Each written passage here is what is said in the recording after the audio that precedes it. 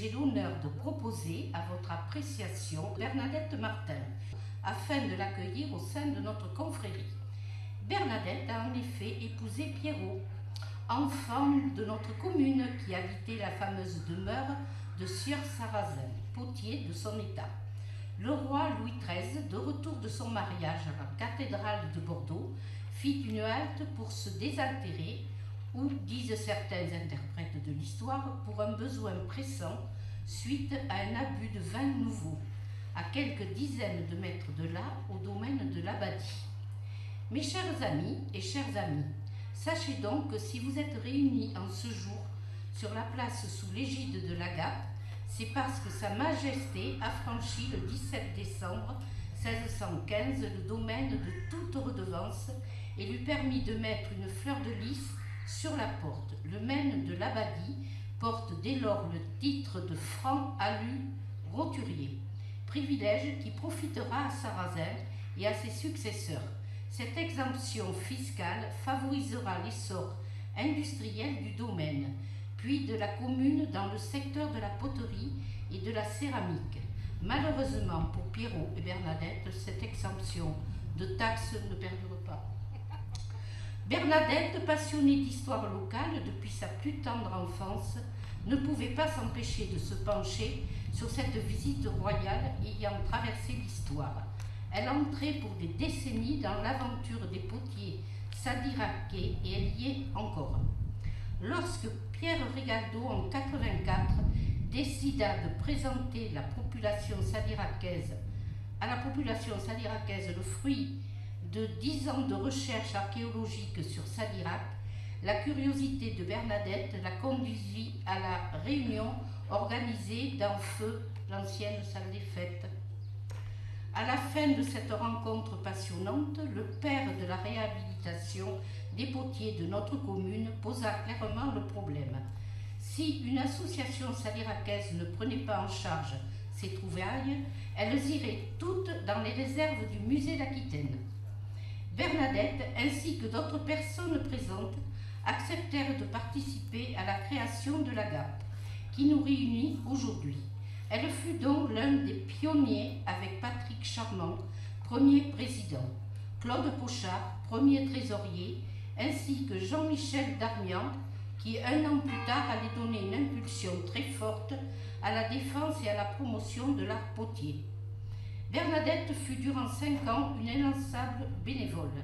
Elle apprit avec patience et intelligence tous les secrets de notre terre. Des centaines d'heures à aider, à animer, soutenir, développer aux côtés de Jean-Michel et d'une poignée de convaincus le concept du musée. Il ne verra le jour avec une bonne dose d'imagination et de débrouillardise en 89 dans les anciens ateliers de la menuiserie Corde. C'est le début d'un engagement durable en faveur de l'artisanat potier et de la promotion de leur travail passé ou futur. Bernadette, toujours bénévole, accepta même d'assumer la présidence de l'Agape en 1990.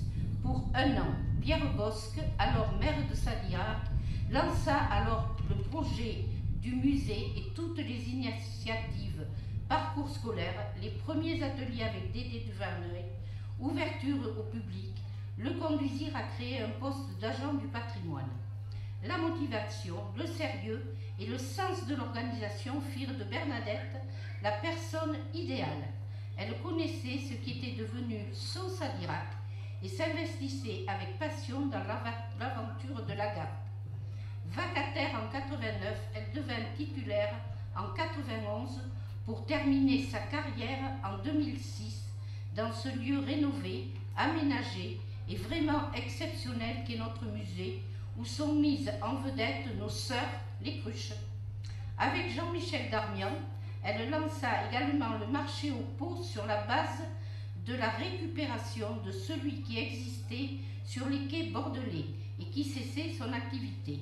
Avec les bénévoles d'alors, elle contribua en 86 à transformer le rendez-vous en véritable fête à l'ancienne avec ce fameux repas des potiers le dimanche à midi des potiers de Sadirac et de leur soutien. Elle accueillit et aida les petits nouveaux. L'événement que nous partageons aujourd'hui ne cessa de grandir et de se bonifier en devenant le festival de la céramique. Bernadette eut le rôle essentiel de la petite main et celle qui travaille à régler tous les problèmes qui surgissent, qui dynamise les énergies bénévoles, qui fait vivre simplement son amour pour la terre sadiracaise. Elle mérite amplement de rejoindre la modeste mais solide confrérie des cruches sadiracaises, soucieuse comme elle de défendre un patrimoine précieux car fondateur de l'identité de notre commune. Nous lui devons notre amitié et notre estime. Amis cruches, amis cruchons, acceptez-vous d'accueillir Bernadette Martin, personne dévouée et méritante dans notre confrérie? Oui.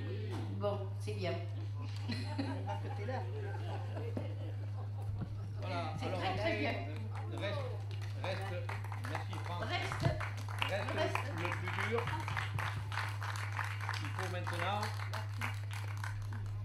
Il faut maintenant que, ceci étant dit, je vous demande devant cette dote assemblée de connaisseurs avisés de l'histoire potière sadiracaise, Bernadette, de répéter après moi en portant votre main droite au-dessus de cette cruche. Mettez votre main droite, voilà, et votre main gauche sur votre cœur, et de dire haut et fort, je suis une cruche. Je suis une cruche. Je resterai une cruche. Je resterai une cruche. Plus fort, je sais pas. Je resterai une cruche. Et je serai une cruche. Et je serai une cruche. Voilà. Sadiracaise. Donc, on a parmi nous une nouvelle cruche sadiracaise à qui je remets un souvenir de ce moment-là. Petite cruche fabriquée par Jean-François Bourla en terre de Sadirac.